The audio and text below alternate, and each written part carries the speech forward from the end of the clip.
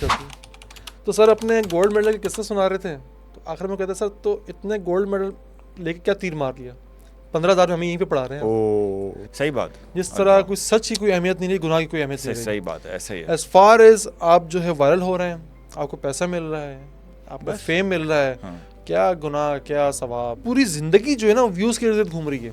ऐसी बात करें, ऐसा थंबनेल दे दें और ऐसी हरकत कर जाएं कि हमें व्यूज मिल जाएं। यार इस लेवल पे झूठ को आप फैला रहे हैं और झूठ को फैला के आप पैसा कमा रहे हैं। पैसा एक तो हलाल नहीं है, दूसरे झूठ फैलाने के बाद वो झूठ कहाँ कहाँ तक पहुँच रहा है और कहाँ कहाँ तक जा रहा है, आपकी सोच है। क्योंकि हमने जो है मजहब को एक मखसूस तबके के हाथ में डाल दिया कि मौलवी साहब जाने ऐसा तो ही है। खुदा जाने। ये भी एक वजह हो सकती है। दूसरी एक और चीज़ भी, तो वो शख्स जो हाईली इंटेलेक्चुअल्स लोग हों, कुरान ने उनको क्लियरली कहा है कि भाई आप कुरान को समझेंगे। ये तो हम कर सकते हैं ना कि हमारे जो बच्चे आने वाले हैं, जो खाना भी जो है वो टैबलेट दे के खा रहे होते हैं। टैबलेट मतलब मोबाइल, गोली वाला नहीं, मोबाइल दे के खाना खा रहे होते हैं, क्योंकि वो कोई कार्टून लगा होगा, छोटा भीम लगा होगा, तो उनके पेट में नवाला जाता है, वरना उनके पेट में नवाला भी नहीं जा रहा होता। अस्सलाम वालेकुम, क्या हाल है आपके? मैं हूं मलिक जहांगीर इकबाल और आज आवाम की पुरजोर फरमाइश पे मेरे साथ मौजूद हैं काजी मोहम्मद हारिस साहब। अस्सलाम काजी साहब, क्या हाल है आपके? अल्हम्दुलिल्लाह, अल्लाह के शुक्र। आप कैसे हैं? खैरियत से? अल्लाह का करम है। यार बहुत अरसे बाद हमें इस तरह से बैठ के बात करने का मौका मिल रहा है। हाँ। पिछले साल 2 साल तो हम लोग बिल्कुल ही कटे हुए थे, सही है। सोशल मीडिया से कटे हुए थे और यूट्यूब से कटे हुए थे। आपस में मिलना जुलना हमारा जारी था, बातचीत भी होती थी, गपशप भी होती थी, डिस्कशंस भी होती थी मुख्तलिफ टॉपिक्स पे। लेकिन बस आपको पता है कुछ हालात ऐसे आ गए, कुछ गमे रोज़गार के किस्से इस तरह से आ गए कि हमें थोड़ा सा लंबा गैप करना पड़ गया। तो भाई साहब क्या करते रहे आप इतने अरसे यार? मैंने बस ज़ाहिर है मेरी वो मसरूफियात थी, निजी मसरूफियात थी इस दौरान। अल्हम्दुलिल्लाह आपको पता ही है वो मैं अरे भाई साहब बताएं सर, आप बताएं सर, आप बताएं। वो किस्सा तो बीच में अल्हम्दुलिल्लाह इस दौरान मैंने एक रिसर्च आर्टिकल इंग्लैंड में पब्लिश किया, दुनिया के टॉप नॉच जर्नल में से एक है। अल्हम्दुलिल्लाह वहाँ पब्लिश हुआ, गूगल स्कॉलर पे नाम आ गया, अल्लाह का शुक्र है। एक ख्वाब देखा था। क्या बात है, यानी कि हम एक गूगल सर्टिफाइड स्कॉलर के साथ बैठे हैं। अल्हम्दुलिल्लाह, अल्हम्दुलिल्लाह। हमें कहना चाहिए अल्हम्दुलिल्लाह। ऐसे अल्लाह का शुक्र है। काजी साहब 2 साल पहले हमने ये चैनल शुरू किया था और डिस्कशन करना शुरू की थी। उस वक्त जिन फितनों की बात कर लें या माशरे के अंदर जो बुराई फैल चुकी थी, जो हमें नज़र आ रहा था कि चीज़ें ख़राब होने जा रही हैं, अब वो आबो ताब से जो है ना अपने पीक पे जा पहुँच चुकी हैं। या कंटेंट की बात करें, लोगों की लस्ट की बात करें, लस्ट फॉर व्यूज़ की बात करें, यार किस तरफ जा रहा है हमारा ये सोशल सर्कल, किस तरफ जा रहा है सोशल मीडिया, किस तरफ जा रहा है ये इम्पॉर्टेंट। देखें, हमने वही बात जो आज से सही कह रहे हैं आपके 3-4 साल पहले हम जो किया करते थे ना, कि लोगों की लाइक की जो हवस है ये किस तरफ लेके जा रही है उनको, कि क्या चीज़ें वो लोगों तक पहुंचा रहे हैं जो शायद ना पहुंचनी चाहिए लोगों तक, लेकिन लोग देखेंगे उसको और लोग फिर इसको अडॉप्ट करेंगे। सबसे बड़ा मसला पता है क्या है? सबसे बड़ा मसला ये है कि मैं अपने स्टूडेंट्स को ये कहता हूँ कि बेटा सक्सेस की डेफिनेशन क्या है। सक्सेस की डेफिनेशन ना पर्सन टू पर्सन वेरी करती है। हर बंदा नहीं कह सकता दूसरे को ये सक्सेसफुल है या वो सक्सेसफुल है। हो सकता है शायद एक बंदे के लिए सक्सेस ये हो कि मैं एक अच्छी डिग्री ले लूँ, क्या पता वो अच्छा ना कमा रहा हो, तो एक शख्स जो पैसे को समझता हो कि वो सक्सेस है तो वो कहेगा ये सक्सेसफुल बंदा नहीं है। अब प्रॉब्लम क्या है? प्रॉब्लम ये है कि चूँकि एक आम बच्चा जो यूनिवर्सिटी में पढ़ रहा है, जो किसी इंस्टीट्यूशन में पढ़ रहा है, वो देख रहा है कि एक टिकटॉकर, एक वो शख्स जो शायद सोशल मीडिया पे आके वीडियो बना के, शायद लिपसिंग करके, या सपोज़ करें कुछ ऐसी उल्टे सीधे कंटेंट बनाकर वो लाखों रुपए कमा रहा है और अच्छी अच्छी गाड़ियाँ, फिर वो ज़ाहिर है फिर वो फ्लैक्स भी दिखा रहा है अपना सारी चीज़ें।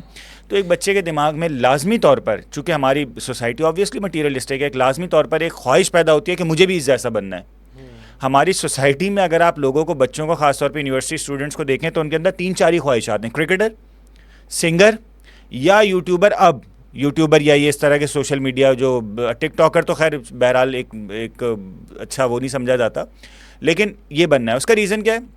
बहुत आसानी से, बहुत सुकून से, कम मेहनत के साथ अच्छा पैसा मिलने की चंद एग्जाम्पल्स हमारे पास मौजूद हैं। तो लोग ये समझते हैं कि हम इनको फॉलो करेंगे, हम इनके फुट स्टेप पे चलेंगे तो हमारे पास एक अच्छा पैसा आ जाएगा।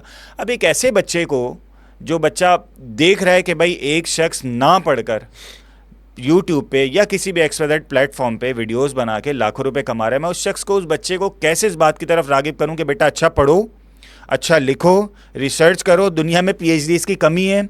2014 में यूएसए ने 64,000 पीएचडीज़ प्रोड्यूस किए थे और आपने 110 पीएचडीज़ प्रोड्यूस किए थे। पीएचडीज़ प्रोड्यूस करने चाहिए। वो बच्चा कहेगा सर इतना पढ़ूँ, इतना ज़्यादा, और आपकी तरह मैं जो है वो मतलब फाइनेंशियली वो इतना ज़्यादा स्ट्रांग ना हो पाऊँ, तो फिर क्या फ़ायदा है? मुझे याद आया, बड़े मज़े का किस्सा है कि हमारे एक टीचर थे, फिज़िक्स के टीचर थे, नाम नहीं लूँगा मैं उनका। तो कोचिंग में जो है हम इसी गपशप कर रहे थे, पीरियड ओवर हो चुका था, तो अपने किस्से बता रहा था कि मैंने गोल्ड मेडल इसमें लिया, इसमें गोल्ड मेडल लिया। तो हमारा दोस्त था, वो अनइंटेंशनली फ़नी था, मतलब वो कोशिश नहीं करता था फ़नी होने की, बस उसके ऐसी सी बातें निकल जाती थी उसके मुंह से बेसाख्ता। लोगों को लगता था लोग कहता कि भाई यार क्या ऐसे बात करती। तो सर अपने गोल्ड मेडल के किस्से सुना रहे थे, तो आखिर में कहते सर तो इतने गोल्ड मेडल लेके क्या तीर मार लिया, 15,000 में हम यहीं पे पढ़ा रहे हैं। तो आपकी वाली बात है काजी साहब कि अगर एक जो है सोशल मीडिया स्टार कह लें आप, वो आराम से 10 लाख 15 लाख 20 लाख कमा रहा है, एक PhD कह लें आप, PhD जाके पीक मार के 1.5 से 2 लाख कमा लेगा, बहुत तीर मारेगा 3 लाख कमा लेगा, 3-4 लाख। तो सर एक तरफ कहाँ 18 20 22 साल की आपकी ज़िंदगी ऐसा ही जो आपने गर्क कर दी जगह पे, वो कहाँ एक तरफ आप ज़रा सा वायरल हो गए। तो सर ये हर बच्चा डिसअपॉइंट होगा, ऐसा ही है, ऐसा ही है। इसीलिए आप देख लें कि आपने बात की ना कि टिकटॉकर वगैरह इतना अच्छा नहीं समझा जाता। सर आप कराची में रहते हैं इसलिए आप इस तरह से कह रहे हैं, अगर आप पंजाब साइड चले जाएं, KP के चले जाएं, इवन सिंध के अंदरूनी हिस्से में आप चले जाएं, बलूचिस्तान चले जाएं, सर टिकटॉक जो है वो खा गया यूट्यूब को। यूट्यूब को खा गया, हर प्लेटफॉर्म को टिकटॉक खा चुका है। जो टिकटॉक पे वायरल है बेसिकली वही वहाँ का सेलिब्रिटी है। कराची जैसे शहर में इतना पता नहीं चलता, हमें सिर्फ वो फ्लेयर हॉर वाले नजर आ जाते हैं, बट ओवरऑल अगर पाकिस्तान की आप बात करें तो टिकटॉक इन सब प्लेटफॉर्म से ज़्यादा बड़ा हो चुका है यार। और अच्छा एक और जहांगीर, एक और इसका जो वो है, एक और व्यू है इस चीज़ को देखने का, वो ये कि जो चीज़ आपने यूट्यूब पे डाल दी, जो चीज़ आपने टिकटॉक पे किसी एक्सवाइजेड प्लेटफॉर्म पे डाल दी, वो अगले 10,000 12 15,000 साल के लिए गई, जब तक क़यामत नहीं आती। उसमें आपने क्या लोगों को डिलीवर किया है, क्या दिया है, ये गुनाह जारिया वाला सीन नहीं है बिल्कुल, कि आपने अगर कोई ऐसी चीज़ डाल दी जो लोगों तक नहीं पहुंचनी चाहिए थी, या जो आपको आपका खुदा नहीं चाहता कि वो लोगों तक पहुंचे आपकी वो चीज़, या किसी भी एक्सवाइजेड की, और आपने वो यूट्यूब पे या किसी प्लेटफॉर्म पे डाल दी, वो आप मर जाएंगे, अगले 100 साल बाद भी जो है वो चीज़ घूम रही होगी, वायरल हो रही होगी। साहब गुनाह जारिया की बात कर रहे हैं, जिस तरह कहा जाता है ना इस दौर को पोस्ट ट्रुथ एरा, तो सर ये पोस्ट सिन एरा भी हो चुका है अभी। सही बात। जिस तरह कोई सच की कोई अहमियत नहीं रही, गुनाह की कोई अहमियत नहीं रही। सही बात है, ऐसा ही है। एज फार एज आप जो है वायरल हो रहे हैं, आपको पैसा मिल रहा है, आपको फेम मिल रहा है, क्या गुनाह, क्या सवाब, क्या झूठ, क्या सच, बस ये सक्सेस मैटर नहीं करता बेसिकली। अब इससे अंदाज़ा लगा लें कि बाज़ बड़े फ़नी वे में लोग ले रहे होते हैं, खबरों के वो लगे होते हैं थंबनेल्स, खासतौर पर इमरान खान साहब के बारे में कि भाई अभी रिहा हो गया, जेल का दरवाज़ा खुल गया, फलाना हो गया, 20-22 हज़ार व्यूज़ 1 घंटे में इस कैप्शन में आ जाते हैं। पता होता है झूठ है। एक तो आप जज्बात से खेले लोगों के, क्या जो उनके जो फैंस हैं उनको मानते हैं अपना लीडर, उनके लिए तो यार डिसहार्टनिंग की बात है ना कि आपने खबर लगा दी भाई इमरान खान छुट गया, जज आ गया, फलाना आ गया, पता चलता है भाई अंदर कुछ था ही नहीं उसका। और दूसरा एक और ट्रेंड जो बहुत अलार्मिंग जिसे मैं कहूँगा वो ये कि यार ये जो आपने देखा कि आजकल वो रोड शोज़ के नाम पे कह लो आप, या इस तरह के प्रोग्राम भी छोटे छोटे बच्चे साथ लगाए हुए होते हैं। अब इससे अंदाज़ा लगाएं कि एक 12-13 साल बच्चा ज़ुबानी गुफ्तगू कर रहा है, उस पर लाफ्टर्स आ रहे हैं, नीचे लोग कह रहे हैं वाह वाह वाह क्या जुगत मार दी इसने, ओह क्या बेहतरीन काम कर दिया इसने। सर दीनी तौर पे तो आप छोड़ देना, चलो दीन को आप इतना नहीं फॉलो करते ना, दीन को छोड़ दें, सर अखलाकी तौर पे गलत है ये। और क्या, ऐसा ही है। आप एक 12-13 साल के बच्चे से ना ऐसी बात कर सकते हैं, ना उससे कहलवा सकते हैं। ऐसे ही, बिल्कुल ऐसे ही और है। इनको फेम मिल रहा है। अच्छा इसी हिसाब से फिर जो है चैनल्स इनके इंटरव्यू कर रहे हैं कि देखो जी वो ये बच्चों के साथ आके प्रोग्राम करते हैं, क्या वाह वाह हो जाती है। ठीक इसी तरह पिछले दिनों एक मोहतरमा वायरल हो गई थी कि जिन्हें सर पे जवान जो है दुपट्टा डालने के चक्कर में था। यार ये तो खैर उस जवान की गलती है, लेकिन जब अगर आप उस मोहतरमा का सारा कंटेंट देखें ना, विक्टिम ब्लेमिंग नहीं है ये, पर वो सारा कंटेंट ही ऐसा है किसी तरह पाकिस्तान के बारे में बैशिंग वाली गुफ्तगू हो ताकि हमें इंडिया से व्यूज़ मिल जाए। तो व्यूज़ का चक्कर में अब इनकी पूरी ज़िंदगी जो है ना व्यूज़ के इर्द घूम रही है। ऐसी बात करें, ऐसा थंबनेल दे दें और ऐसी हरकत कर जाएं कि हमें व्यूज़ मिल जाएं। व्यूज़ मिलेंगे, डॉलर्स आएंगे, डॉलर्स है समझोगे ईजी इनकम है। यार इतनी ख़तरनाक सिचुएशन हो चुकी है। अभी गुज़िश्ता दिनों मैंने एक वीडियो देखी, उसमें लिखा हुआ कि मैं वैसे फ़नी सी बात है लेकिन उसमें लिखा हुआ शेन वॉर्न ने 1 ओवर में 6 विकेटें ले लीं। अच्छा, मैंने कहा यार मेरी जहाँ तक मालूमात है क्रिकेट की हिस्ट्री में ऐसा कोई रिकॉर्ड नहीं कि एक ओवर में किसी बॉलर ने 6 विकेट्स ले लिए। हाँ। अच्छा, मैंने वीडियो देखी तो उसमें एक बंदे ने शेन वॉर्न की 6 अलग अलग विकेट्स मिला के वीडियो बनाई हुई और नीचे अपना स्कोर कार्ड बना के जो है लगाया हुआ है। यार इस लेवल पे झूठ को आप फैला रहे हैं और झूठ को फैला के आप पैसा कमा रहे हैं। पैसा एक तो हलाल नहीं है, दूसरे झूठ फैलाने के बाद वो झूठ कहाँ कहाँ तक पहुँच रहा है और कहाँ कहाँ तक जा रहा है आपकी सोच है। तीसरी चीज़ ये आप अखलाकी तौर पे खड़े हुए कहाँ हैं कि आपको ज़रा सी शर्म महसूस नहीं हो रही यार। आपने झूठ की बात की ना, ये कितना कॉमन हो चुका है कि अब झूठ झूठ लगता नहीं है। पोस्ट हो तेरा, ये सारी दुनिया मानती है कि सच जो है सानवी ऐसे लगता है, सेकेंडरी हो गया, प्राइमरी चीज़ नहीं रही सच। ऐसा ही है। एज फार एज मंजन बिक रहा है तो समझो वही सबसे बड़ा सच है, भले वो झूठ हो। यानी कि झूठ का दौर है। झूठ का एक और लफ्ज़ होता है दज्जल, फरेब, धोखा। दज्जाल को अगर आप एक शख्स ना भी माने ना कि चलो यार एक शख्स पता नहीं आएगा नहीं आएगा, लेकिन ये तो फैक्ट है कि दज्जल का दौर होगा, झूठ का दौर होगा, खास तौर पे झूठ को सच का लिबादा। एग्जैक्टली। अब हम उस दौर में आ चुके हैं जहाँ सच झूठ की तमीज़ ख़त्म हो चुकी है, जहाँ जिस बारे में हज़रत सल्लल्लाहु अलैहि वसल्लम ने कहा था कि भाई अपने भेड़ बकरियाँ लेके पहाड़ों पे निकल जाओ, यानी कि आप इससे लड़ना जो है वो नामुमकिन हद तक मुश्किल है। अच्छा, इससे लड़ने के लिए क्या चीज़ बताई थी? सूरतुल कहफ का मुताला करें। अब यहाँ मुझे ना पाकिस्तानी कौम की एक चीज़ समझ, पाकिस्तानी कौम की बहैसियत मुसलमान माशरा जो है वो हम इस चीज़ में पड़ गए कि हमने समझ लिया कि भाई कि कुरान नऊज़ बिल्लाह कोई मंतर है, पढ़ के फूकेंगे तो कोई चीज़ गायब हो जाएगी, या फिर कोई टोना है जो लिख के गले में डालेंगे तो चीज़ें ठीक हो जाएगी। समझने की किताब आई थी भाई। सूरह कहफ जुम्मे के दिन पढ़ते हैं भाई। अच्छा, अब उनको लगता है कि ये पढ़ने से जो दज्जाल से बचेंगे, बिल्कुल नहीं बचेंगे सर। आप सबसे पहले आप जो है वो रगड़े में आएंगे क्योंकि आपसे पढ़ लेते। सूरह कहफ को अगर आप उसकी रूह में उतरे ना, उसको पढ़ लें, उसको समझें। एक तो ये जुम्मे के दिन पढ़ने का कहा गया है। जुम्मे का दिन था तमाम मुसलमानों के लिए इकट्ठ होने का दिन, अपना एहतिसाब का दिन, यानी कि अपने आप को रिमाइंड करवाने का दिन कि तुम लोग कौन हो, तुम्हारा आपस में ताल्लुक़ क्या है, किस रिश्ते से तुम लोग जुड़े हुए हो। तो उसके लिए इज्तिमा कायम हुआ था जुम्मे का। ठीक इसी तरह सूरह कहफ में बेसिकली 4 मुख्तलिफ किस्से बयान किए गए हैं। पहला किस्सा जो है अपना एक असहाब कहफ का ईमान की आजमाइश थी। दूसरा किस्सा बाग वाले 2 भाइयों का, दौलत की आजमाइश थी। तीसरा किस्सा हज़रत खिज़र अलैहिस्सलाम का, हज़रत मूसा अलैहिस्सलाम का, इल्म की आजमाइश थी। और चौथा किस्सा उसमें जो किस्सा था वो मुझे याद, ज़ुल्करनैन का, ताकत की। यानी कि अगर आप इल्म, ईमान, ताकत और दौलत, इन 4 चीज़ों पे काबू पा लें, अपने आप को मजबूत कर लें, इल्म आए तो उसका जो है नेगेटिव तरफ ना लेके जाए उसको, दौलत आए तो उसका हवस आपके अंदर ना आए, ईमान ऐसा हो कि किसी के सामने डगमगाए ना, और जब ताकत आए तो आप खुदा ना बने। जब आप इन 4 चीज़ों पे कामिल हो जाएंगे ना, तब आप दज्जाल का मुकाबला कर सकेंगे, तब इस दौर का मुकाबला कर सकेंगे। ये था सूरह कहफ, ये था इसको पढ़ने का मकसद कि आपने इन 4 आजमाइशों पे ना पूरा उतरना है। अब आपने जब पढ़ा ही नहीं सूरह कहफ को, उसको समझा ही नहीं, तो आपको लगता है अरबी पढ़ के खुद फूक लेंगे, दज्जाल कहेगा ओह इसके घेर तो और है सूरह कहफ को, मैं तो भागता हूँ। नहीं, आपकी 4 चीज़ें मजबूत होनी चाहिए, तब आप दज्जाल का मुकाबला कर सकते हैं। अगर आपको दौलत जो है भटका देती है, पैसा देके आप जो है ऊपर नीचे हो जाते हैं, तो सर दज्जाल आपको घेर लेगा, ये दज्जाल का निज़ाम आपको घेर लेगा, क्योंकि आप भूखे हैं दौलत के। अगर ताकत आपको अट्रैक्ट करती है, आप खुदा बन जाते हैं, जुल्म करते हैं, तब भी दज्जाल आपको घेर लेगा, ताकत दे के, लोगों का खुदा बना के। अगर आपके पास इल्म नहीं है या नाकिस इल्म है, आप सब उल्टा फ़ायदा उठा रहे हैं, तब भी दज्जाल आपको घेर लेगा। जितने भी स्कैमर्स होते हैं सारे इल्म वाली होते हैं ना यार। ठीक इसी तरह जो है लालच, हवस, इन चीज़ों से आपने बचना है। वो अक्सर वो हमारे दोस्त बात करते हैं ना कि यार वो जिन्नात सामने आए तो आयतुल कुर्सी पढ़ लो, जिन्नात भाग जाते हैं।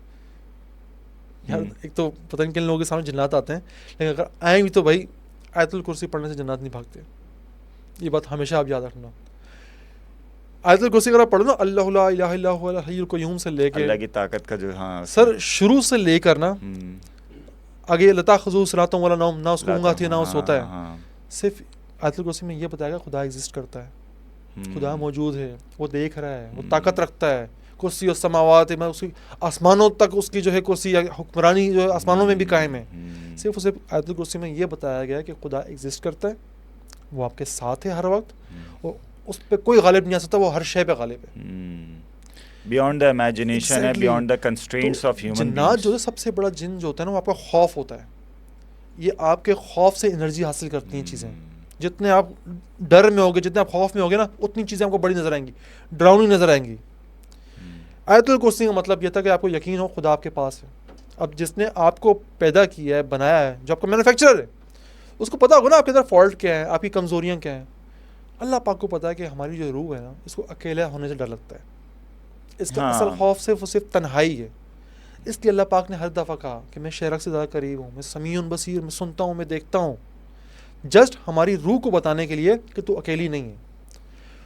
यही चीज़ आयतुल कुर्सी में है कि अल्लाह पाक है। जब आप ये पढ़ते हो, ये समझते हो ना, आपके दिल में ईमान आता है मैं अकेला नहीं हूँ, तो सर हर जिन भाग जाता है, हर खौफ दूर हो जाता है। तो हमने जो जुल्म किया ना कुरान पाक के साथ, वो ये किया, हमने उसको एक अरबी की इबारत बना के, तावीज़ बना के, या कोई मंत्र बना के फूकना जो है ना, इस तक महदूद कर दिया। अगर हम इसको समझे ना, तो ऐसे ऐसे जेम्स है ना कुरान पाक में, आपकी रूह खुश हो जाती है, आपका दिमाग खुश हो जाता है, फिर कोई खौफ नहीं लगता, फिर कोई आजमाइश नहीं लगती। अच्छा, अगर जहांगीर मैं थोड़ा सा आपसे डिसएग्रीमेंट करना चाहूँगा। देखिए, एक चीज़ बड़ी इंपॉर्टेंट है, वो ये है कि हम दोनों जिस तरह बैठ के बात कर रहे हैं, या जो लोग हमारे देखने वाले हैं, उस लेवल पे आके ना चीज़ें बहुत कम लोगों को मैसर आती हैं। मतलब आप अगर दुनिया के 8 बिलियन आबादी में से अगर आप देखना शुरू करें ना, तो इस हद तक सोचने वाले, इस हद तक दिमाग रखने वाले, इल्म की खोज लगाने वाले लोग बहुत कम हैं। और अक्सरियत इन झमेलों में पड़ती नहीं है, इंसानों की अक्सरियत इन झमेलों में, क्योंकि हमने जो है मज़हब को एक मखसूस तबके के हाथ में डाल दिया कि मौलवी साहब जाने, ऐसा ही है। खुदा जाने। ये भी एक वजह हो सकती है। दूसरी एक और चीज़ भी है, एक और चीज़ ये कि अक्सरियत का किसी चीज़ को देखने का ज़ाविया ही बिल्कुल डिफरेंट है, बहुत सतही अप्रोच है। अच्छा, एक ऐसा शख्स, मैं ये कहता हूँ ना, एक 60 साल का शख्स जो व्हाट्सएप पे वीडियो देख के व्हाट्सएप पे लोगों को फॉरवर्ड कर रहा है कि ये हकीकत है, उस शख्स को ये बताने के लिए कि सच और झूठ क्या होता है एक लंबा अरसा चाहिए, वो 60 साल में नहीं समझ सका। अब तो है उससे तो फिर बंदे को थोड़ा एहतियात करना चाहिए कि चाचा अब आप जी ले, हम अगली नस्ल में मेहनत करते हैं। तो एक ऐसा शख्स जिसकी इंटेलेक्चुअल अप्रोच या तो कम हो, मैं बहरहाल किसी को हकीर समझने से वो अलग अच्छी बात नहीं है, लेकिन अगर किसी की इंटेलेक्चुअल, क्योंकि कुरान सबके लिए नाजिल हुआ है ना, हर बंदे के लिए, इंटेलेक्चुअल लेवल्स के लिए भी और एज ग्रुप्स के लिए भी, जेंडर्स के लिए भी, सबके लिए, तो वो शख्स जो हाईली इंटेलेक्चुअल्स लोग हों, कुरान ने उनको क्लियरली कहा है कि भाई आप कुरान को समझेंगे और आप कुरान के अंदर खोज लगाएंगे, कुरान के मोती आप उनके मीनिंग्स में डूब के, जैसे कि स्कॉलर्स ने किया है, इमामों ने किया है। लेकिन जो बंदा इतना इंटेलेक्चुअल अप्रोच नहीं रखता, उस शख्स के लिए होली प्रॉफिट सल्लल्लाहु अलैहि वसल्लम की हदीस से भी हमें पता चलता है कि वो शख्स सिर्फ, चूँकि उसकी दिमाग की कैपेसिटी कम है ना, तो वो सिर्फ पढ़ेगा और वो पढ़ के ना ईमान बिल गायब एक तरीके से समझ लो, उसको कुछ ना कुछ बेनिफिट्स, कुछ ना कुछ प्रोटेक्शन उसको मिल जाएंगी। जैसे होली प्रॉफिट की एग्जांपल भी सल्लल्लाहु ताला अलैहि वसल्लम ने कहा है ना कि मैं कुरान को कहता हूँ कि पढ़ने में एक हर्फ पर 10 नहीं किए हैं। इसका मतलब ये पढ़ने से भी फ़ायदा हो रहा है। हाँ, हर शख्स का, मैं भी और आप भी दायरे ये इस बात से अग्री करेंगे कि हर शख्स की कोशिश ये होनी चाहिए थी कि सिर्फ पढ़ने वाला सवाब ही क्यों कमाया जाए, समझने वाला क्यों ना कमाया जाए, जो असल सवाब है। असल सवाब है, असल सवाब, मकसद भी तो यही था ना। हाँ, ये काजी मैं आपसे एक और बात जो है ना, कुरान पाक की एक आयत है जिसको अगर अधूरा पढ़ा जाए तो बड़ा अजीब मतलब निकलता है कि भाई नमाज से करीब मत जाओ, ला तक़रबुस्सलाह, कब ना जाओ, वांतुम सुकारा, जब तुम नशे की हालत में हो। क्यों? क्योंकि वो जाहिर है उसमें अगला उसका ऐसा ये कि तुम्हें नहीं पता तो तुम क्या कह रहे हो। हाँ, ला तक़रबुस्सलाह, यानी कि नशे के जो है ना, एक तो नशा तो चलो शराब हराम है, उस पर तो फुल स्टॉप हो गया आपका, लेकिन नुकसान ये बताया गया कि अगर नमाज में आपको पता ही नहीं आप क्या पढ़ रहे हो तो फिर फ़ायदा नहीं है। हाँ, मतलब ये आप हाजिरी लग जाएगी आपकी, लेकिन आप नमाज की रूह नहीं पा सकोगे। ये चीज़ हर चीज़ के लिए पे गालिब आती है, कुरान पाक पे भी चीज़ गालिब आती है। न सिर्फ कुरान पाक पे, अगर आप ले लो, रिश्तों पे ले लो, अपने माँ बाप के रिश्तों पे ले लो यार, सिर्फ रिश्ते की बुनियाद पर लगता है कि आपकी बॉन्डिंग बन जाएगी, तो ऐसा बिल्कुल भी नहीं होगा। हमने ऐसे ही वालिदैन भी देखे हैं जो बच्चों को कत्ल कर देते हैं, हमने ऐसे बच्चे भी देखे हैं जो वालिदैन को कत्ल कर देते हैं, हमने ऐसे भाई भी देखे हैं जो एक दूसरे का खून कर देते हैं। वो सिर्फ नाम का रिश्ता होता है, उन्होंने उसकी एसेंस नहीं पाई होती। ठीक इसी तरह कुरान पाक को ज़िंदा किताब कहता हूँ कि हर दौर की किताब है। जितना आपका विजन बढ़ेगा, जितनी आप इल्म हासिल करोगे, उतना आप इसको बेहतर समझ सकोगे। अभी लोग कहते हैं ना कि जो चीज़ ईजाद होती है तुम कुरान पाक में से उसको निकाल लेते हो ना, मेरी जान निकालते नहीं है। हम जितना हमारा दिमाग काम करना शुरू करता है, दिमाग का जितना होराइजन बढ़ता है देखने का, उतना हमें कुरान पाक बेहतर समझ आता है। ऐसा ही है, कुरान पाक तो एक चीज़ बयान करती है, अब आप पे डिपेंड करता है कि आपका दिमाग कितना ऊंचाई पे जाता है। कैसे जो चीज़ अभी आपको समझ नहीं आ रही, हो सकता है कि वो 150 साल चाहिए उसको समझने के लिए, हो सकता है वो 500 साल बाद आपको समझ आ रही हो। तो ये चीज़ मैं कहता हूँ कि हमेशा ना समझना, हमने ये नहीं कर सके, हम अभी आगे कर रहे हैं ना, चलो अल्लाह पाक ने तौफीक दी थोड़ा पढ़ने का, थोड़ा बहुत पढ़ लेते हैं। लेकिन ये तो हम कर सकते हैं ना कि हमारे जो बच्चे आने वाले हैं, जो खाना भी जो है वो टैबलेट दे के खा रहे होते हैं, टैबलेट मतलब मोबाइल, गोली वाला नहीं, मोबाइल दे के खाना खा रहे होते हैं, क्योंकि वो कोई कार्टून लगा होगा, छोटा भीम लगा होगा तो उनके पेट में नवाला जाता, वरना उनके पेट में नवाला भी नहीं जा रहा होता। हम ये तो कर सकते हैं कि अपनी आने वाली नस्ल को सोशल मीडिया से दूर करके या कोई ऐसी चीज़ें बनाए, ऐसा कंटेंट बनाए कि वो ये चीज़, ये उनके अंदर जो है तड़प हो, ये जानने वाली, तजस्सुस वाली। अब तो हमने वो तजस्सुस वाला कीड़ा ही मार दिया ना बच्चों में, हर चीज़ जो है वो गूगल सर्च से हो जाती है। अच्छा, ये ना अभी अचानक से आपकी गुफ्तगू की बरकत से ना मेरे दिमाग में, जैसे मैंने इंटेलेक्चुअल अप्रोचेस की बात की ना, तो मेरे दिमाग में एक हदीस है, हदीस जिब्रील ना, जिसमें होली प्रॉफिट से आके सल्लल्लाहु ताला अलैहि वसल्लम से हज़रत जिब्रील अलैहिस्सलाम मिले और उन्होंने पूछा मल एहसान, एहसान क्या है? तो होली प्रॉफिट ने एहसान की डेफिनेशन क्या बताई? एहसान ये है कि जब तू नमाज पढ़े तो तुझे ऐसा फील हो कि तू अल्लाह को देख रहा है। फिर आप अलैहिस्सलाम ने आगे कहा, अगर ऐसा फील ना कर सके तो कम से कम इतना फील कर ले कि अल्लाह तुझे देख रहा है। ये देखें, यहाँ भी 2 स्टेजेस होली प्रॉफिट सल्लल्लाहु अलैहि वसल्लम ने बता दिए, और ऐसा ही है, हर जगह ऐसी होता है। अब मसला ये कि हम लो स्टेज पे रह के ना अपने आप को वहाँ स्टक करके बड़ी सुकून से कि यार बस हो गया बहुत, बस हाँ। अच्छा, हम क्यों नहीं चाहते कि हम तकवे के उस स्टेज पे, इल्म के उस स्टेज पे या अमल के उस स्टेज पे जाएं, मुझ समेत हर बंदा, कि जिस जगह पे सादिकून हैं या जिस जगह पे हाई लेवल के लोग मौजूद हैं।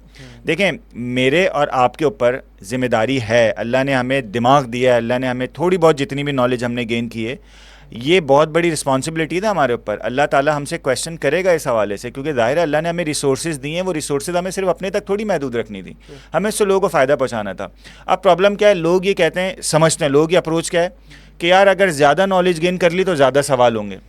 अरे भाई, सवाल इस चीज़ का होगा, नॉलेज क्यों हासिल नहीं की, इसका सवाल भी तो होगा ना, इसका सवाल किससे होगा? फिर जाहिल रहने में फ़ख्र महसूस करना या इत्मीनान महसूस करना, मैं तो समझता हूँ ये अप्रोच सही नहीं है भाई। अच्छा, यहाँ मैं थोड़ा सा, मुझे एतराज़ है।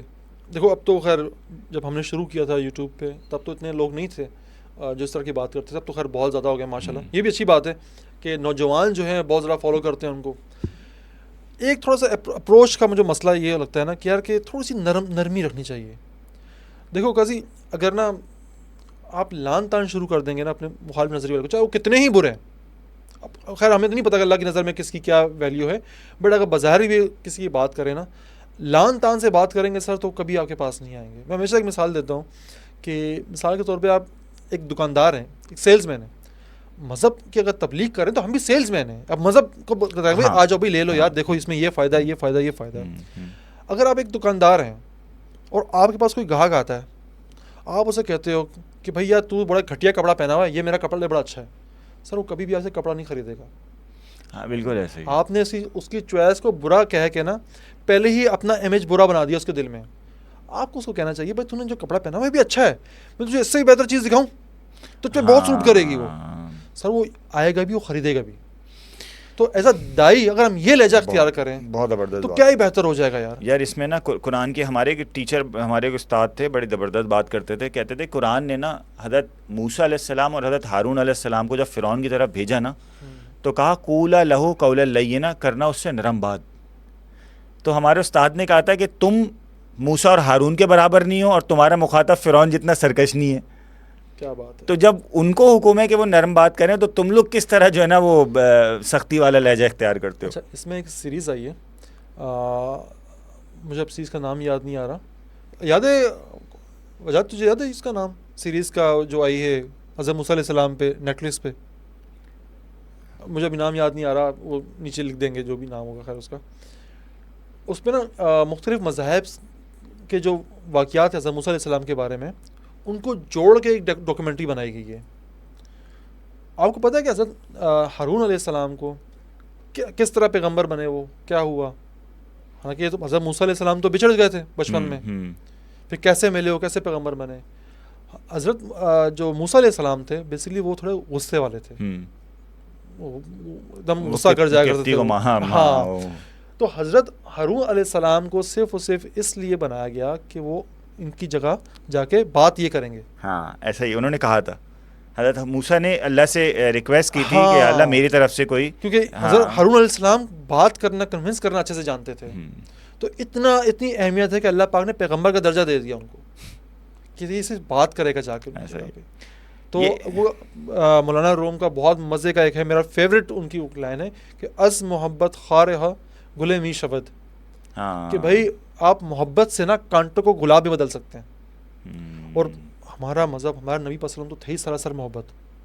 लोग कत्ल करने आए, मारने आए, साजिशें करने आए, जब बैठते थे देखते थे पिघल जाया करते थे। मैं वो जो शायद मैंने उससे जिक्र किया भी, हालांकि मैंने कभी उससे जिक्र नहीं किया किसी और के साथ, कि जब मदीना में भी पिछले अल्लाह पाक ने तौफीक दी लास्ट ईयर मुझे उम्रा करने की माशाल्लाह, मैं मदीना गया, 1-2 दिन कुछ फील नहीं हुआ, 3 दिन के लिए सिर्फ मदीना गया था। आखिरी दिन था, मैं वैसे रोज़ा रसूल में बैठा हुआ था, और मेरी नज़र पड़ी गुम्बद पे, और अचानक लगा ना कि दिल फट गया है।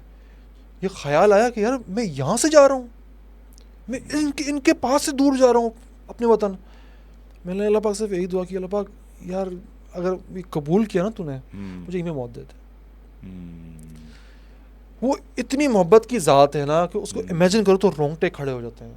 सारी ज़िंदगी उन्होंने अपनी लगाई मोहब्बत के लिए, पत्थर खाए मोहब्बत बांटी, अपने चचा शहीद करवाए मोहब्बत बांटी। यार हम जो अगर उनके अगर 0.001% भी जो है ना उनके तरीके पे अमल करें तो सर हमारी ज़ुबान सख्त नहीं हो सकती, ऐसा ही है, कभी भी सख्त नहीं हो सकती। अच्छा मैं ना ये एक वो आप कह रहे थे ना उसकी प्रीचिंग का स्टाइल देखें, कुरान में भी ना मतलब आप अलैहिस्सलाम ने को अल्लाह ने कुरान ने ऑर्डर दिया, कुल या अहलल किताब तालू इला कलिमतिन सवाइन बैनना व बैनकुम, अहले किताब उस कलमे की तरफ आ जाओ जो मुझ में और आप में मुश्तरक है।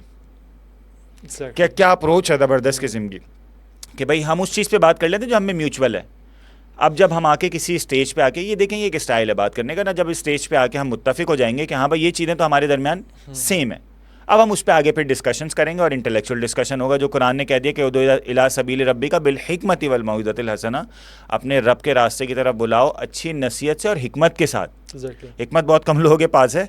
मैं पिछले दिनों रमज़ान में एक टीवी चैनल पे बैठ के मैंने यही कहा, मैंने कहा देखें नॉलेज के लिए ना अल्लाह ने कई वर्ड यूज़ नहीं किया कि नॉलेज जिसको मिल गई उसको बहुत बड़ी दौलत मिल गई। हिकमत के लिए अल्लाह ने यूज़ किया है, मैं होता हिकमत फ़क़द ऊतिया खैरन कसीरा, जिसको अल्लाह चाहेगा हिकमत देगा, और जिसको हिकमत मिल गई ना उसको बहुत बड़ी खैर मिल गई। हिकमत असल में नाम ही इसी चीज़ का है कि आप person to person, condition to condition, time to time लोगों को देख के डिसीजन लें, उनको किस तरह प्रीच करना है, किस तरह बात करनी है। और ये इतने एक्सपीरियंस के बाद आता है ना, ये इतना, और एक्सपीरियंसेस भी ऐसी नहीं कि चलते फिरते, डीप ऑब्जर्वेशंस के बाद चीज़ों को देखने का जाविया ही अलग होना चाहिए आपका, आपको लोगों को डील करने का जाविया ही अलग होना चाहिए। आप चीज़ों को इतनी आसानी से अडॉप्ट कर लेते हैं, इतनी आसानी से आप एब्जॉर्ब करना शुरू हो जाएंगे, आपको मज़ा आना शुरू हो जाएगा लिटरली। फिर पता है होगा क्या, वो जो आप बात करें ना कि लोगों में टॉलरेंस होनी चाहिए, ये चीज़ ना बहुत एक्सपीरियंसेस के बाद आएगी। फिर एक वक्त आएगा आपको लगेगा कि यार फॉर एग्ज़ाम्पल एक शख्स अगर किसी गलत, बिल्कुल सरी गलत मौक़िफ़ पर कायम है, तो आप उस बंदे से इस वजह से हार्श होकर या सख्ती से बात नहीं करेंगे कि आपको अपना मादी याद आएगा, 10 साल पहले मेरा जो मौक़िफ़ था मैं उस पर कितना सख्ती से कायम था, और 10 साल बाद मुझे आज आके पता चल रहा है मेरे इतने एक्सपीरियंसेस के बाद, मुझे भी तो किसी ने सिखाया ना, चलो वक्त ने सिखाया, किसी बंदे ने, किसी एक्सपर्ट ने, मैं अपना 10 साल पीछे अल्लाह माफ करे, है ना, हम लिटरली हम में से हर शख्स अगर अपना पिछले 10 साल का इंसान देखे तो हमें पता चलेगा यार कितनी फजूल चीज़ों पे हम अड़े हुए होते थे, और फजूल चीज़ों का हम समझते थे कि हमारा मौक़िफ़ है, सो कॉल्ड मौक़िफ़ है। अब वो 10 सालों बाद चीज़ें जब हमने सीखी, हम लोगों से मिले, हमें हालात ने सिखाया, वक्त ने सिखाया, हमें पता चला सही और गलत क्या है। तो जब हम किसी ऐसे बंदे को जो उस फ्रेज से गुजर रहा है, हम उससे बात करेंगे तो कभी हम सख्ती से बात नहीं करें, हम हमेशा नरमी से ही बात करने की कोशिश करेंगे, अच्छा रोल प्ले करें। मुतनब्बी एक शायर था, वो शेर कहता था ना, तो लोग उसके शेर सुन के बोलते थे यार ये इंसान का कलाम नहीं, आपके ऊपर वही नाजिल होती है। ओह हाँ, और वाकई वो बहुत ही एक्सेप्शनल किस्म का शायर था अरबी का। उसने यकीन भी कर लिया लोगों पे, उसने बाद में नबूवत का दावा कर दिया। आप अलैहिस्सलाम के विसाल के कोई 150 साल के बाद वो पैदा हुआ था। उसने नबूवत का दावा किया तो वो जो उस वक्त हज़रत उमर बिन अब्दुल अजीज़ का गालिबन दौर था, उन्होंने वो अकल ठिकाने उसकी लगा दी, उसने अकल माफ़ी मांग ली। लेकिन यार ये एक शख्स अगर कोई बैठ के इस तरह बात करे और उसके दिमाग में ही आ जाए कि अल्लाह की तरफ से उतर रही है और ये चीज़ पुख्ता होती रहे, फिर होता है, लोगों की आमद हो रही है। हाँ यार पता है क्या, बस सेंसिटिव चीज़ है ना, बहुत हाँ, खतरनाक चीज़ है, मैं यही सोच रहा हूँ ना।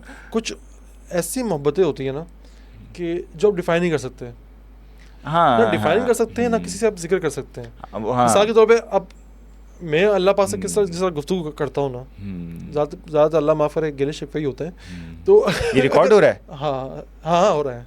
अच्छा हाँ, चले जाओ खैर है। अच्छा, जिस तरह मैं गुफ्तगू करता हूँ ना, बाजू का अल्लाह पाक से बातचीत करता हूँ, तो अगर कोई तीसरा बंदा सुन लेगा तो मुझे गुस्सा के मार देगा। ऐसा ही है। तो मोहब्बतें अपनी अपनी ये भी है। यार लेकिन ये मुझे अच्छी तरह याद है, एक दफ़ा हम लोग जा रहे थे हाँ। गाड़ी में, हमने करीम बुक की थी गालबन, तो हम लोग जा रहे थे और हम दोनों खुदा पे ही डिस्कशन कर रहे थे। अच्छा, करते करते बात करते करते अचानक से वो करीम वाले ने क्या किया, वो पता नहीं गाना कोई लगाया या क्या हुआ था, पता नहीं, बराबर में गाड़ी कोई आई थी, पता नहीं, याद नहीं मुझे, तो वही उस पे वो गाना चल रहा था कि तू ना जाने आस पास है खुदा। एग्जैक्टली गूज़बम्प्स फीलिंग है ना? यस। ऑल्दो गाने से हम क्या वो करेंगे, लेकिन यार वो एक डिफरेंट फीलिंग थी। दूसरा बात की ना वो हिकमत वाली और नॉलेज वाली, तो मैं वहाँ बताता चलूँगा, इसलिए मैं बड़ी बेहतरीन मिसाल देता हूँ कि नॉलेज ये है कि पेनाडोल खाने से बुखार उतर जाएगा। हाँ, हिकमत ये है कि कितनी खानी है, कब खानी है। हाँ, ये तो चीज़, ये हाँ। भाई इल्म को जो है ना, इल्म की जो पैमाना मुकर्रर किया जाता वो थी हिकमत, कब क्या चीज़ कितनी इस्तेमाल करनी है। वो कहते हैं an apple a day keep the doctor away, लेकिन जानू अगर 100 एप्पल खाओगे ना तो डॉक्टर के दर पे पड़े रहोगे। अच्छा जहांगीर, मेरा एक अपनी पर्सनल ऑब्जर्वेशन है, तुम बताओ तुम इस चीज़ से कितना एग्री करते हो। नॉलेज जो है ना अपने साथ तकब्बुर लेकर आती है। हाँ बिल्कुल है तो ना। शैतान के पास नॉलेज थी ना भाई, इब्लीस के पास नॉलेज थी ना। उसने कहा है मैं मट्टी के पुतले के पास क्यों, मैं इतना पढ़ा हुआ, मैं फलाने फरिश्तों के पास पढ़ा हुआ, मैं फलानी महफिलों में गया हुआ, मैं इसके किस तरह सजदा कर सकता हूँ। तो एक ऐसा शख्स जिसके पास नॉलेज हो, उसको आप तकब्बुर से कैसे, मतलब क्या क्या एक तरीका हो सकता है, क्या मेथड हो सकता है कि हम उसको आजी की तरफ लेके जाएं? सर मैं आपको आज तक नहीं ला सका मैं किसी और को कैसे लेके आऊँगा यार जो साहब बड़े अच्छे आदमी हैं, अल्लाह माफ करे। अब हो गया, आप क्या अच्छे आदमी हैं। नार्सिसिस्ट बिहेवियर जो होता है ना, ये गुमान करने वाला। देखो मैं एक लास्ट वीडियो भी बनाई थी, उस पर भी मैंने बात की थी कि इसके लिए हमें इबरत पकड़नी चाहिए उन पादरियों से जो यूरोप में थे, कि इल्म जो है ना आपको मैन ऑफ गॉड से गॉड ऑफ मैन बना देता है। लोग समझ खुदा के बंदों से बंदों का खुदा बना देता है ये इल्म। आपको लगता है जो चीज़ मुझे समझ नहीं आ रही वो चीज़ खुदा को भी समझ नहीं आ रही। जो मेरा सर्कल है वही खुदा का भी सर्कल है, जो मेरे सर्कल से बाहर है वो खुदा के सर्कल से ही बाहर है। कितने साइंसदान हमने देखे क्रिश्चियंस के जिन्हें जिंदा जला दिया जादूगर बोल के, क्योंकि वो चीज़ पादरी को समझ नहीं आ रही थी, तो पादरी को लगता था ये बात खुदा को भी समझ नहीं आ रही। ठीक इसी तरह कितने मुसलमान साइंसदान हैं जिन्हें हमने मार दिया, निकाल दिया, भगा दिया। क्यों? वक्त के मौलवी साहब को उनकी बात समझ नहीं आ रही थी, तो मौलवी साहब को लगा कि खुदा और मेरा तो इंटेलेक्ट नाउज़ुबिल्लाह एक ही है, तो खुदा को भी समझ नहीं आती होगी, ये मैथ खुदा को भी समझ नहीं आती होगी जी, लिहाजा ये जो है खुदा का मुर्तद हो गया। तो ये सीन है सर। तो आप कैसे समझाएंगे इल्म का तकब्बुर जो है, क्योंकि इल्म का तकब्बुर बेसिकली असल कुफ्र है। हाँ। असल कुफ्र जो है ना, या कुफ्र के फैलाव जिसे कहते हैं या फसाद कहते हैं, वो इल्म का तकब्बुर ही है। हदीस में ना मिस्काल हब्बत मिन खरदलिन का आप अलैहिस्सलाम ने लफ्ज़ इस्तेमाल किया कि राई के दाने के बराबर भी जिसके अंदर तकब्बुर है वो जन्नत में नहीं जाएगा। अब एक चीज़ देखें ना, मतलब आपने थोड़ी बहुत नॉलेज गेन कर ली, थोड़ा बहुत इल्म आपने हासिल कर लिया, आपने एक्सपीरियंसेस से बुक्स पढ़ ली, थोड़ी बहुत ये चीज़ें कर ली, वो कर ली, आपकी जो इल्म है, आपका जो भी हासिल उसूल है, उसका अल्लाह के हासिल, मतलब अल्लाह ने जो बनाया, अल्लाह ने जो कुछ भी नॉलेज क्रिएटर है ना, वो तो उसके मुकाबले में आप कुछ भी नहीं है, आप 0.0001% भी नहीं है। शायद वो सुई वाली एग्जाम्पल है ना कि अगर आप समंदर में डालें, आप इस बेस पे कैसे डिसीजन ले सकते हैं सही गलत क्या है? यार ये एक इम्पॉर्टेंट डिस्कशन नहीं है क्या? एक अच्छी बहस नहीं है कि हम अपनी लिमिटेड नॉलेज की बेस पर, जिसको हम समझ रहे हैं, हमने बहुत कुछ हासिल कर लिया है, हम कैसे डिसीजन कर सकते हैं कि भाई मैं जो कह रहा हूँ बस वो सही है, दुनिया में और कुछ सही नहीं है? यार आपकी ऑब्जर्वेशंस हैं ही कितनी। मैं ये जो ख़ास तौर पे जो वाक़यात होता है ना गुस्ताखी के, मैं इससे हमेशा ये बात कहता हूँ कि आप कभी भी कानून अपने हाथ में न लो, किसी भी मामले में। बिल्कुल ऐसा ही है। देखो, अगर उसने वाकई गुस्ताखी की है ना, ठीक है, तो ये कानून को उसको बार उठाने दो, अपने कंधों पे बार ना उठाओ। जज ने उसको बरी कर दिया, ठीक है, जज के कंधे पे बार है कि उसने क्या फैसला, आपसे कोई पूछा नहीं जाएगा। ऐसा ही है। लेकिन अगर आपने उसको कत्ल कर दिया और उसने गुस्ताखी ना की हुई, आप गए तो मेरी जान, यहाँ भी गए वहाँ भी गए और आप वहाँ भी गए। तो किसी भी सूरत में, अक्सर लोग जज्बात में कहते हैं कि इसको जिंदा जला दो, फलाना कर दो। कानून कभी भी आपने हाथ में नहीं लेना है। एक असूल होता है सोसाइटी का, ऐसा ही चलती है। ऐसा ही है। मॉब साइकोलॉजी जो होती है ना, वो हमेशा फसाद की तरफ जाती है। ऐसे आप देखें ना, एक बंदे ने अगर सिग्नल क्रॉस कर लिया रेड लाइट पे, आप उसका चालान नहीं काट सकते ना, आपके पास अथॉरिटी नहीं है। देखें, आप अलैहिस्सलाम ने तीन स्टेजेस बताएं कि अगर आपके पास अथॉरिटी हो तो हाथ से रोकें, बुराई होते हुए देख रहे हैं, अगर अथॉरिटी नहीं है तो जबान से रोकें। तीसरा दर्जा भी बता दिया। हाँ, तीसरा दर्जा ही बता दिया कि ऐसा भी हो सकता है कि दौरा है जिसमें आपके पास जबान से बोलने की भी अथॉरिटी ना हो, दिल में बुरा जान ले, तो फिर दिल में बुरा जाने। और आपने यही बता दिया वदाली का ज़अफ़ुल ईमान कि ये जाहिर है वीकेस्ट फेथ है। लेकिन इसमें हम ये कह सकते हैं कि हाथ से रोकने की ताकत रियासत की है। ऐसा ही है। रियासत हाथ से रोके, अवाम जो है ना वो एक आवाज़ बन सकती है क्या, इसलिए कोई कानून बनाया जाए, तब भी नहीं सुनाई दे रही, कुछ नहीं कर रही, तो आप उसको बुरा जान लो, अपने आने वाली नस्ल को तैयार करो उसके खिलाफ। अब जैसे मैं एक एग्जांपल लेता हूँ, देखें कि मैं इंटरेस्ट बेस्ड इकोनॉमी गलत है, हमें पता है कि अल्लाह और उसके रसूल से जंग है, क्या हम इसको हाथ से रोक सकते हैं? अथॉरिटी नहीं है ना। मेरे ख्याल में तो जिनके पास अथॉरिटी है वो भी नहीं कर सकते ये काम, तो इस वक्त जो इकोनॉमी की कंडीशन है। सेकंड ये कि ज़्यादा से ज़्यादा हम क्या कर सकते हैं, हम ज़बान से कह सकते हैं, लोगों को बता सकते हैं, अवेयर कर सकते हैं कि भाई सूद क्या है, सूद की किस तरह शनाअत है, कुरान हदीस में क्या बयान हुआ है, और सूद से किस तरह हम बचने की मैक्सिमम लेवल पे, मैक्सिमम कैपेसिटी में जाके कोशिश कर सकते हैं। फिर भी अगर दुनिया के किसी कोने में या आपकी कंट्री के किसी शोबे में लोग इस बुराई में पड़े हुए हैं, तो यार आप ज़्यादा से ज़्यादा क्या करेंगे? आप इतनी बड़े मैक्रो लेवल पे अगर कोई चीज़ काम हो रही है, आप उसको दिल में ही बुरा समझेंगे ना। और ये भी है कि दिल में एक मतलब ऐसा ना हो कि लोग दिल में ही बुरा समझना बंद कर दें, वो तो फिर बुराई आम हो जाएगी। कम अज़ कम आप अलैहिस्सलाम ने कहा ये तो कम अज़ कम करना ही है कि बुराई को बुराई तो समझना ही है। ऐसा ना हो ना वो नॉर्म बन जाए, सोसाइटी का नॉर्म, क्योंकि फिर वो 100-150 साल बाद वो बुराई ही नहीं रहेगी, वो एक नॉर्मल चीज़ बन जाएगी। काजी मैं इस मामले में ना हालिया अगर दौर की बात करूँ तो इख्वानुल मुस्लिमून की मिसाल जो है ना तुर्की में हमारे सामने, कमाल अतातुर्क का दौर हुकूमत था, इस्लाम को बिल्कुल ख़त्म कर दिया गया, अरबी ज़ुबान ख़त्म कर दी गई, कुरान पाक ख़त्म कर दिया गया, अज़ानें ख़त्म, मस्जिदें ख़त्म कर दी गई। वहाँ के जब नौजवानों ने ठानी ना कि हमने अब ये इस्लाम को रिवाइव करना है, बनाना है, तो उन्होंने कोई मुसल्लह जद्दोजहद नहीं की, उन्होंने अपनी नस्लें तैयार करना शुरू की। आप अपनी नस्ल तैयार करें, हिकमत से जाएँ। सूद हराम है, बिल्कुल हराम है, कोई इस पर दो राय नहीं है। मुतबादिल निज़ाम लाना है आपने, हाँ सर ऐसी नस्ल तैयार करें जो मुतबादिल निज़ाम आपको दे सके, कोई अल्टरनेट दे सके। आज सूद ख़त्म कर दिया, क्या करेंगे? हाँ, फिर क्या करना है पता ही नहीं। ऐसा ही है। आप एक निज़ाम बनाएं, उसको पेश करें, हम ये निज़ाम है हमारा, ये माशी निज़ाम होगा, इस तरह से चलेगा, ये मालिक हमारे साथ होंगे। हमने नस्ल तैयार करना छोड़ दी है, क्यों? नस्ल हमारी तैयार हो रही है मोबाइल पे वो फिर लिप सिंकिंग कर रही है, वो फिर टिकटॉक बना रही है और वायरल होने के जो है टोटके तलाश कर रही है, दैट्स इट। ऐसे एक बड़ी मज़े की खबर दूं आपको कि इस्लामिक फाइनेंसिंग और इस्लामिक बैंकिंग का ख़ास तौर पे 2008 के रिसेशन के बाद जो अमेरिका में जो मॉर्गेज फाइनेंसिंग के बाद आया ना, उसके बाद लोगों ने एक अल्टरनेट ढूंढना शुरू किया। उसमें पाकिस्तान का इतना बड़ा एज सच रोल नहीं है, क्योंकि ओवरऑल ही दुनिया जो है ना वो इस तरह मुतवज्जह है कि कोई अल्टरनेट ढूंढा जाए। मज़े की बात यह है कि बहुत कम लोगों को ये बात मालूम होगी कि IMF ने भी बाकायदा तौर पर अब इसमें प्रोग्राम्स लॉन्च किए हैं। अब वो फाइनेंसिंग इस्लामिक मोड्स पर करने के लिए एक बाकायदा एक ब्लॉग बना रही है। ज़बरदस्त, सही है। तो यानी चीज़ें की जा सकती हैं, चीज़ें एप्लीकेबल हैं। आपका क्या रोल है इसमें? असल हमें कोई रोल प्ले करना है। अल्लाह, अगर आप रोल नहीं प्ले करेंगे तो अल्लाह किसी और से करवा लेगा। हम तो इस प्लेटफॉर्म को इस्तेमाल करेंगे इसके लिए। हाँ, ऐसा ही है। आपसे मैं कहूँगा कि आप अपने ऐसे स्टूडेंट्स तैयार करें जो एक मुतबादिल मॉडल तैयार कर सकें।